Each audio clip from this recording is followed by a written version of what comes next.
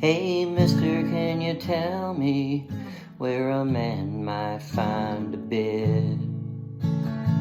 He just grinned and he shook my hand. No is all he said. Take a load off Fanny. Take a load for free. Take a load off Fanny.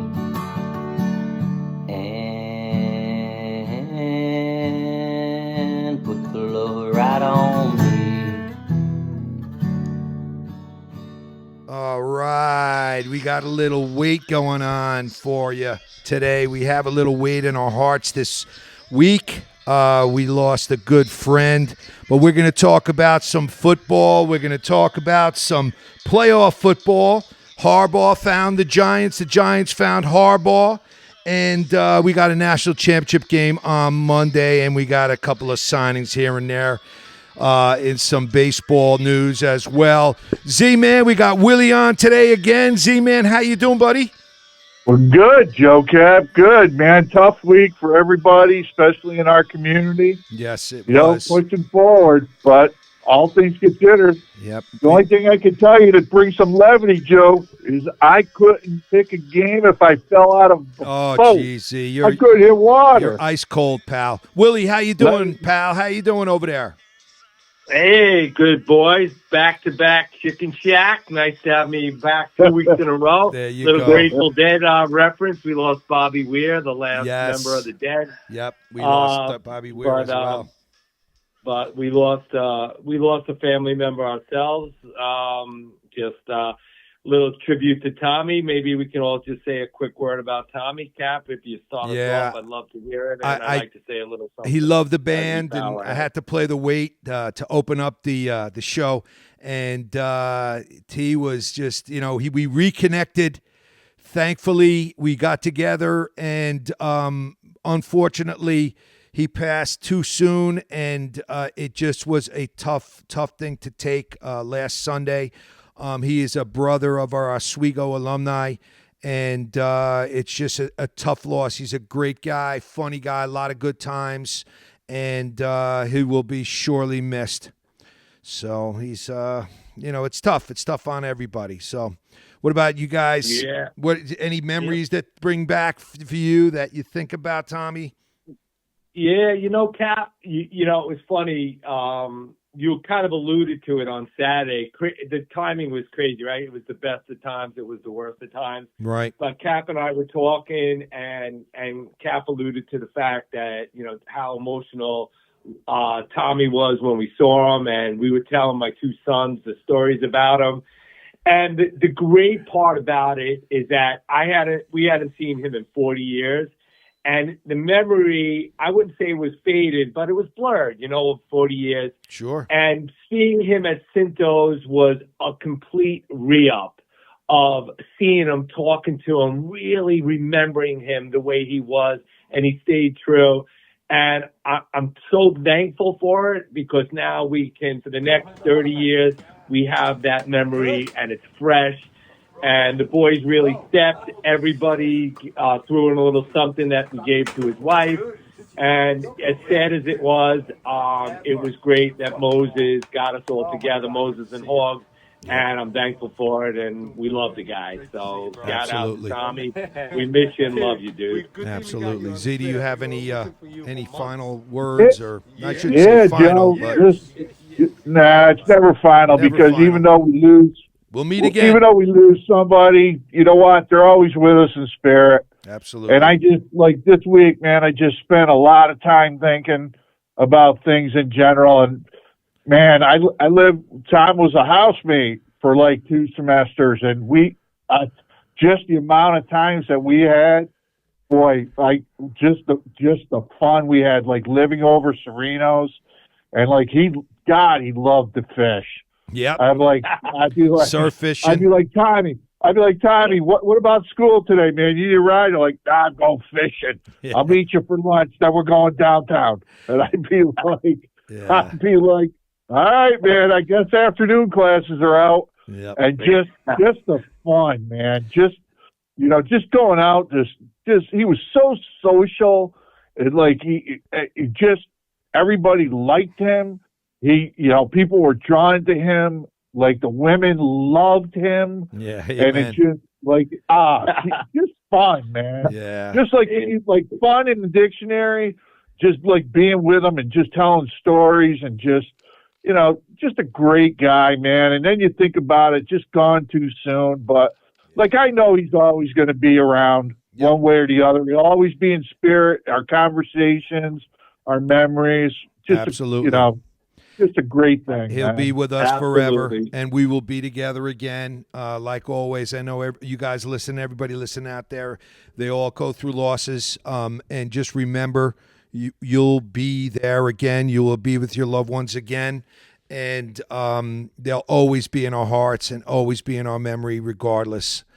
So, Tommy, rest in peace, buddy. Ironic as it was, he died on McKeever and Bruce's birthday. Both were roommates and housemates with him. So every year we'll think about them on their birthdays. So we'll celebrate their birthdays, and Tommy will be celebrating their birthday with them. Absolutely. So a lot of cool stuff, a lot of synchronicities for sure. All right, so let's as we move along here, we're going to start talking about first things first. I would just want to mention, and you guys, when you woke up this morning, Horg sent us a text saying that Harbaugh was basically signed with the Giants. What are you guys thinking about that deal? Do you think it's the right move, or do you think it's overblown? I think I think it's a great move for the Giants because the Giants now have an adult in the room. They have a leader. If you look at their coaches over the recent Joe Judge, Kafka, Dayball. Like the only one that remotely had success was Dayball in 1 year, but that team needs a direction now. Now they have a leader on the field. No more excuses. And if you're Joe Shane, you better be ready to go because now the check is due. So this team's moving forward. Hey, they if rumor is it, Cap, they paid him $1 million, like $100 million. I didn't hear the numbers. $20 million. Yeah. Wow, $20 million a year, huh? Man. Yeah, $20 million. Damn. Well, I don't know. It's good work if you can get it. Willie, what do you think? You think it's like the perfect fit, or what? Yeah. All right. I don't know if you could say this, but while the Giants and Harbaugh are giving each other hand jobs, great. It seems, the whole world loves it, right? The sports were a perfect fit. Harbaugh only spoke to the Giants. The Giants jumped on it. Clearly, on paper, it looks great. I agree. It's the Giants. He fits. He must like the quarterback. I don't know how much I love Dart. I think he's a tough kid. I like some of the things he does. But Harbaugh sees something in the quarterback. I think the key to this will be the offensive coordinator, personally. Yeah. I think he's going to go after Monken. A couple names are out there. That's a great point. If he gets the offensive coordinator, I think it's going to work. Obviously, Harbaugh, I think he was in the playoffs 12 out of 18 years. I think it makes a lot of sense. But I think the only flaw I see in this, does he get the right offensive coordinator? And that would be the only thing I would look to. And here's the other thing. Piggybacking on Willie, that's a great point, Will, because Monken from Baltimore, he's actually out on interviews. He interviewed with Cleveland this week for the head coaching job. And he is a highly sought-after offensive coordinator.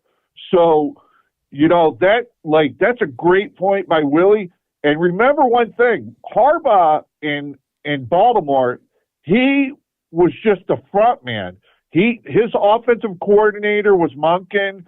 His defensive coordinator was Anthony Weaver, who is the defensive coordinator now down in Miami for the Dolphins. So, he just points fingers, but the coordinators were the ones that actually called the shots.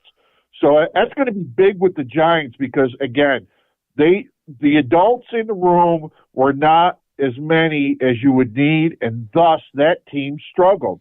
Now you've got a leadership in Harbaugh, but you got to get the right people around him. Good call, Will. Yeah, no question. Good point, Willie. I think that the key, I mean, in anything is having the coordinator that works well with the players, with the lineup, with the quarterback. Offense coordinator. With the offensive player. Obviously, they have to have the right type of players. Now, I don't know what happened in Baltimore towards the end. They were really on Harbaugh with having Lamar not playing as well and not using the players the right way and this and that. Now he's a defensive guy, so if you bring in a good offensive guy that can work, and get their offense going, but again, defense is just as important. I mean, you look at the Texans. Let's go into the playoff situation right now. The Texans, their offense looked horrific. But obviously their defense was off the charts. They scored 2 touchdowns defensively. They were literally banging the shit out of Aaron Rodgers. I mean, listen, Pittsburgh's not the greatest offensive team. I get it.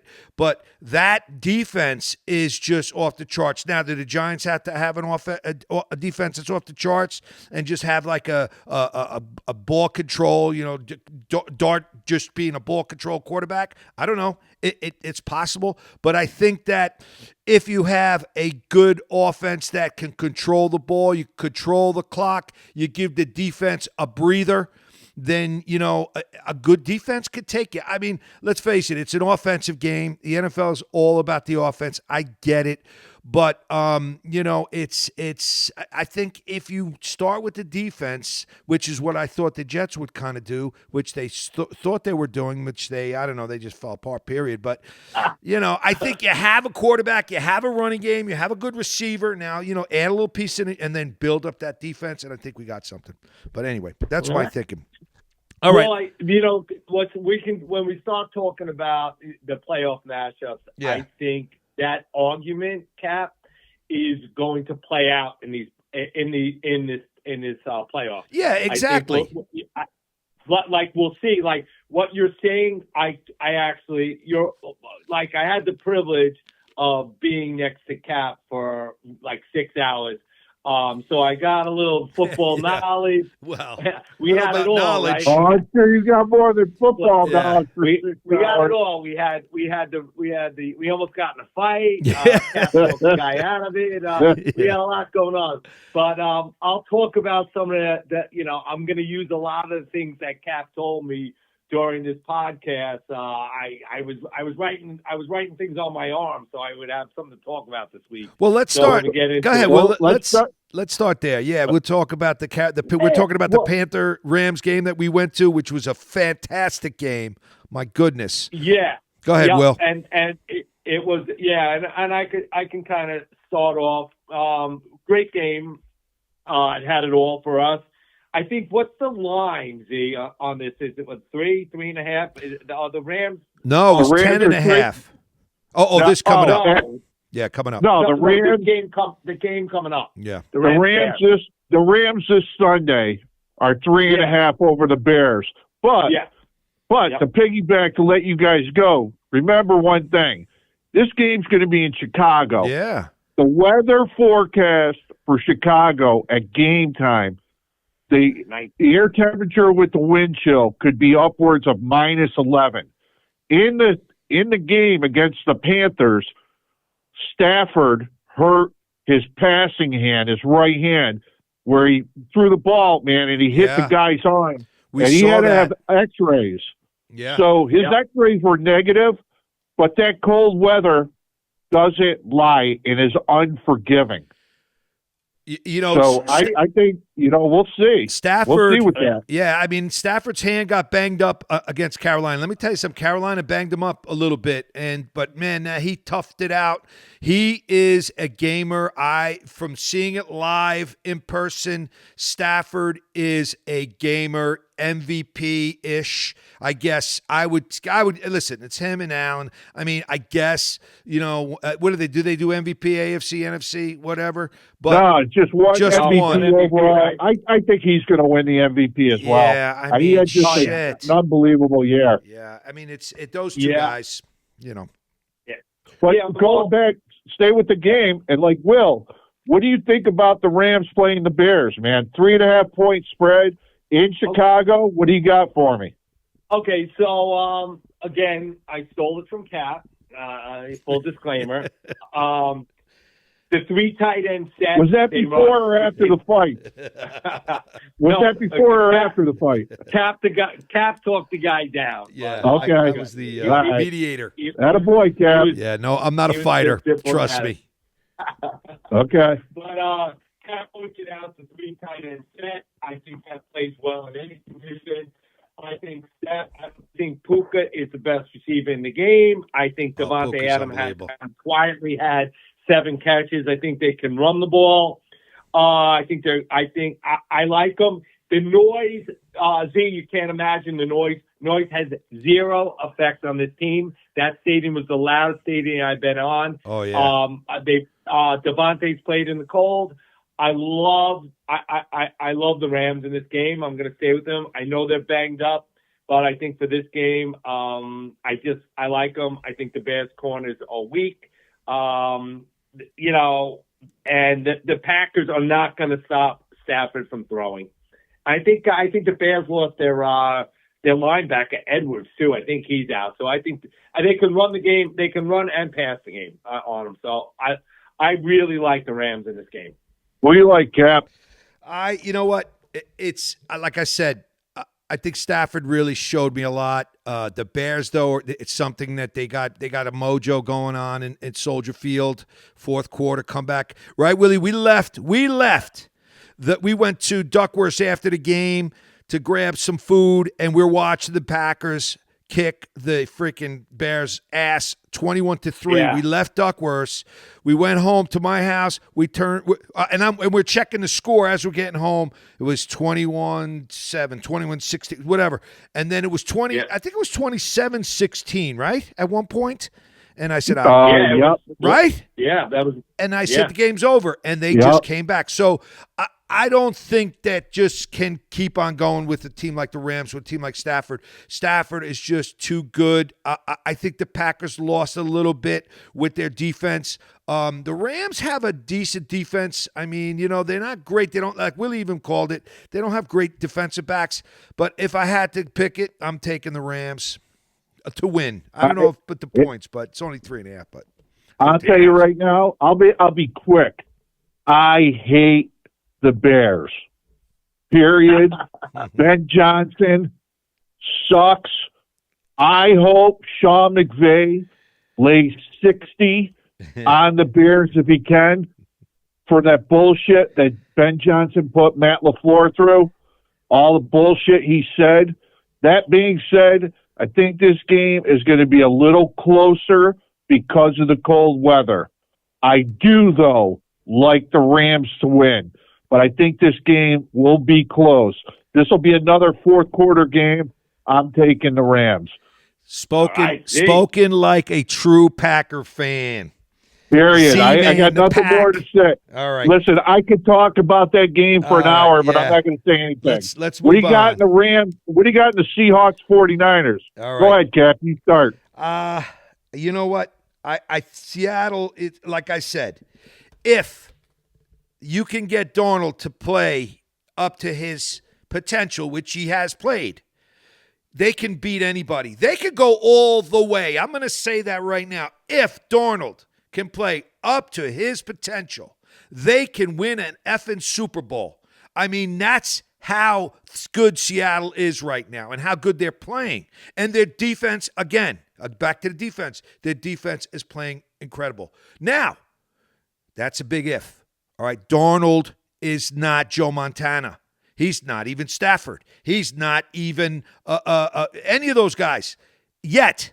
Can he be? Is the real question. I mean, I hate to say it because I kind of root for him a little bit, and I'd like to see him play well. I just don't think they're going to do it. I think the 49ers are they're going to pull it out of their ass and win. So you got the Niners? Who you got, Willie? Interesting. Worries me when Cap takes a team, but I'm going to have to disagree with him. Okay. As much as I admire Cap's picks, and here's why. I think the Niners. I think they scored 20 points in 2 games. Listen, there's 2 quarterbacks right now in the playoffs that just can't lose the game. It's Darnold and Stroud. Those are I think that's how I look at it. Absolutely. Right? But they're rested. They have home advantage. That's huge home advantage in Seattle. Darnold just can't give it away. I did hear on ESPN on the way home that Darnold has an oblique injury. I think Correct. it's the stomach, right? I don't even know what the hell it is. Yeah. You were pre-med. I did not know that. I did not know that. Yeah, he's got an oblique injury. He heard it today at practice. Today he fucking heard it? Oh, my God. And That's he it. immediately went out of practice, but he said in his presser, like after practice or whatever, that he would be ready to go. But that being said, I think the Niners cover this game because I just think this team's on a roll. I think that this team plays hard. Shanahan's a great coach, arguably could be the coach of the year. I'm not sure the Niners will win the game. They'll definitely cover the 7, but I'm thinking the 49ers. I just think my prediction is on Sam Darnold. I just think that he plays down in big games, and I think the Niners will get him in the end. I'm taking the Niners. All right. Well, I'm going to take the Hawks. My official pick is the Hawks. I think you're right. I think Shanahan's going to jam the run like he did against Philly. He's going to make Darnold win. They're going to make Darnold win the game. That being said, I like the way the Hawks beat up on him physically. So I'm going to go with the Hawks. I don't think they'll cover, but I think they'll win. All right. All right. There you go, Willie. What do you think? Now let's go to Saturday, the early game. All right. Buffalo at Denver. The number is Denver 1.5. I'll start quick. I'm taking Josh Allen because I'm not sold on Bo Nix. If he wins a big game, so be it. But the layoff, I don't necessarily know how good that is to have a team laying off for so long. But that being said, Denver's defense is just a tad short of Houston's. That's how good those guys are. But I'm taking the New York team. I'll take the Bills plus 1.5 because I think Josh Allen is arguably one of the better playoff quarterbacks. So give me the Bills. I agree 100% with Z-Man. What about you, Willie?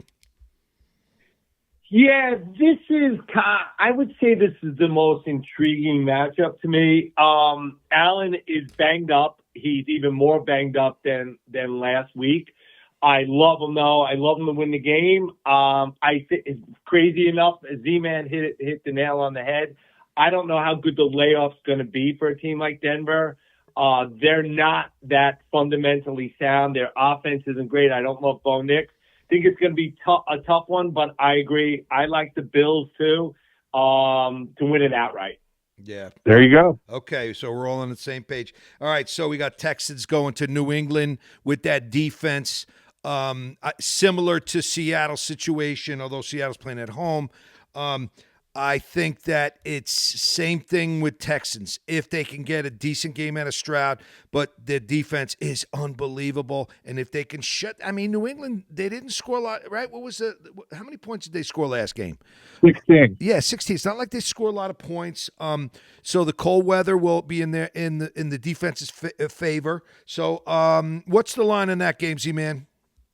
The line right now is the Patriots 3 over the Texans. I'm going to take the Patriots because I'm going to tell you why. Real quick, because my bet is against C.J. Stroud, and today Nico Collins was basically ruled out of the game. That's a major offensive weapon that he's going to lose.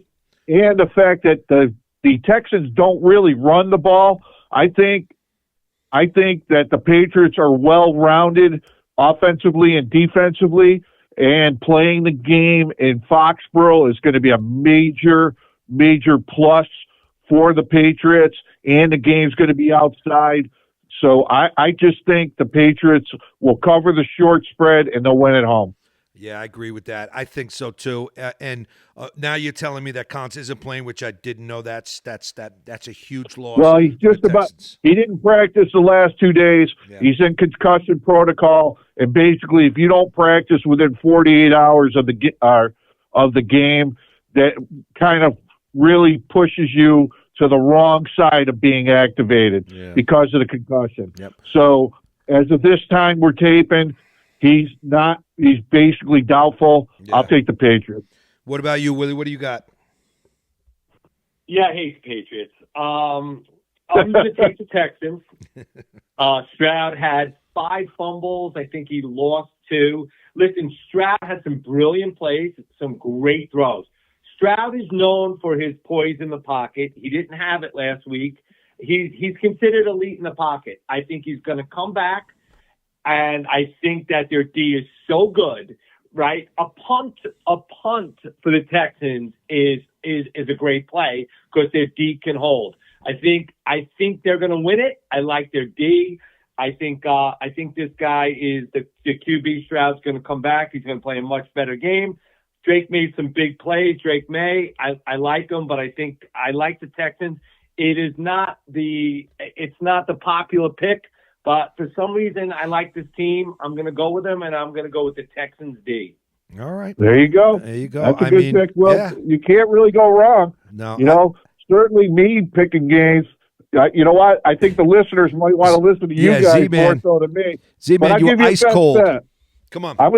Maybe so, but I'm going to melt those icicles, Joe, because my best bet this week, I'm going to go with the Patriots minus the 3. And I'm also going to give you another bet. I'm going to take the 7 with the 49ers against the Seahawks. As much as I like the Rams and as much as I like the Bills, if you got to put me down on 2 best bets, give me the Patriots and give me the 49ers. So those are your picks of the week. Those are my 2 picks. And on the air, Joe, just to let people know, I'm 40, 43, and 3. Well, Z-Man, you have been up and down a little bit this year. But, Hey, has been most people, Joe. Yeah. Because football this year was a little difficult, to say the least. Yeah. It was tough year. It was a tough year. You got 9. What did we have? 9 coaches fired. I mean, that's got to be a freaking record. 9 coaches fired. You're right. Yeah. And maybe the guy out of Green Bay, we still don't know about him yet. Yeah, exactly. And you know what? I mean, there were talk. I think that Aaron Glenn maybe was on the ledge. But you know what? And there's talk about the Buffalo guy, depending on what happens this weekend. You know what? That's a good point. I mean, listen, the NFL. You can only hope with the Jets. Yeah, exactly. Now let's go. Let's just switch over to college real quick, and we'll talk about what happened with you have Dante Moore going back to college. So, good move. Yeah, that's everybody's saying it is. And then you have obviously the game on Monday night, which is Miami and Indiana. What's the spread on that game, Z-Man? Tell you what, it keeps going up. Indiana's 8.5 over Miami, and Miami's basically a home team. Yeah. And that tells me a lot because that number keeps going up. And my pick in this game is I'll be rooting. I'll take the 8.5. I'm taking Miami, but I'm going to tell you something. If you gave me a free $100 and told me to bet like somebody else's money, I would bet Indiana because that number keeps going up. It's not coming down. Yeah. And that tells me everything you need to know. Actually, you know what happened? I heard this happen in the last 2 national championship games. Or was it 2 and 1? Anyway, Miami money comes in late. So they said it would come in. Yeah, they said it could move. I'm always on the underdog. I'll always take an underdog in a championship game. Yeah, I hope it's a big game. Miami money is going to come in, so that could. So you might, So I would take the 8.5 now. Right. For sure. Yep, I would take it. And Mendoza going to the Raiders is almost a lock as well. A lock. Yeah. It's a great spot for him. He's got Tom Brady to help him. Yeah. Why wouldn't you want to take this guy? Maybe the Jets trade down. Trade their pick down and get some other players. It's not a heavy. I mean, you got the kid from Alabama. What other quarterbacks are out there that are coming out? Yeah, you know what, Joe? I want to just cut you off because I know you and Willie are both Jet fans. Right. And this is something I was thinking about. you know what? When the Jets made trades like this past year, they accumulated a lot of draft capital for 2027. Yeah. You know, that tells me a lot. They might try to go out and get another bridge quarterback for a year. Yeah. And then in 2027, they're going to have salary cap and draft capital. Yeah. So, That's so what they're talking like about. Yeah, that's what it's looking like. I mean, they're even saying like Kirk Cousins, you get a guy like that, or you get somebody. Why not? Yeah, no. Why not? Then bring a guy in and he can learn. Yeah. Yeah, I agree. I mean, if they pick a quarterback in the later rounds and see how it goes, I mean, like they got that guy Cook, the kid, he got his ass kicked. I mean, it's a shame because he came out of Missouri, he was a good quarterback and all that. So, you're going to see a lot about the Jets, and you're going to see a lot about the Jets this year, and how Aaron Glenn leads that team. Yeah, and how they draft and prepare for the future. And what's his name, Mooby? Who is the GM? Yep, you're going to find out a lot with this draft. Yeah, we'll see. Yeah, we'll see. They're going to find out. They're going to find out what they find out every year. They suck. Yep. All right. So let's see. We got a couple of signings in baseball. The Yanks sitting on their hands. We got to make our picks for the national championship. No? I'm taking Miami. Are you taking Miami with the points? Yep. All right. I'm taking Indiana. I mean, I think they'll win by 2 touchdowns or 10 points. So what's the line? Okay. What's the line up to 8? 8.5 right now. Yeah, that's the number you get. I would take Indiana. They look a machine. Yeah. Well, listen, I got a quick points on this, and then we can kind of move to baseball. But I think Miami's best player is this guy Malik Tony, right? I think he's 18 and a half years old versus the average player for the Hoosiers is 23 plus, right? Okay. Indiana's defense, I think they've scored first 6 times in a game, right? So the key to this is Miami is not going to get away with what they got against Ole Miss. Late hits. The one hit out of bounds could have been a game changer early. So they were very undisciplined. They do have a big offensive line. If they can play discipline and their offensive line can control the game, I think the average lineman on Miami's 330 pounds or something crazy like that. I think they can hold it and play hard. But my bet is I'm with Cap. I don't think they can do it. I think Indiana is the team of destiny. I think they're going to beat them, and I think they're going to cover. There you go. All right. There you go. So I can't, this is it for college football. And then you got the transfer portal. You got, all kinds of stuff going on. We'll see what happens in the off season. Who's going into the draft? A couple of guys are going into the draft. A couple of guys that we're sure are not. So who knows? But it's going to be a very interesting offseason for both the NFL and college football. Now, with baseball, the offseason has been pretty freaking boring. Only a couple of it's ridiculous. Now, the reason being is this whole the 2027, bargaining, the whole, so they exactly. Yeah, they're not signing these big deals because they know in 2027 is going to be a work stoppage. They're going to have to. Yep. So get ready for no baseball in 2027, everybody. It's not going to happen because there's either going to be a strike or a work stoppage or whatever. Strike. Yep, it's going to be a hard one, and the owners are going to lay the hammer down, and they're going to because these players and baseball's not like the NFL where they're making tons and tons of money. They're making plenty of money, believe me, but the players are making crazy, stupid money. I mean, look at our friend in Queens who signed for $765 million. I mean, are you kidding me? That's crazy. How much and money they don't even make the playoffs. Holy shit. How much money is that? 750 million gillion. Yeah, I mean, it's ridiculous. It's ridiculous. I mean, that's why the Yankees don't sign Bellinger yet. Because they're like, you know what? And that's why nobody's signing him. Because he wants a long term. They're not giving it to him because they know in 2027 everything's going to change. And, you had a couple of signings, Bregman, and then you got that pitcher from the Phillies that the Red Sox signed. And, okay, I mean, there's but nothing, nothing like last year. Yeah, nothing major. No. Yeah, no earth-shattering stuff. I agree with you. Yep. And you take a trade and you get Ryan Weathers from from the Marlins, but you know what? Good trade because the kid's got a live arm, but he's also injury prone. So we'll find out. We'll find out. All right. Anything else, guys, before we leave? Any other thing No, else? man. All right. Well, I would just say I would end it with bow our heads to Tommy. I appreciate and love you guys, and that's it. Yeah. Miss you, Tommy. I miss Tommy too, man. But you know what? He's here with us in spirit. And he'll always be with us. Totally. And this is for Tommy. Rest in peace, Hey, brother. mister, can you tell me where a man might find a bed? He just grinned and he shook my hand.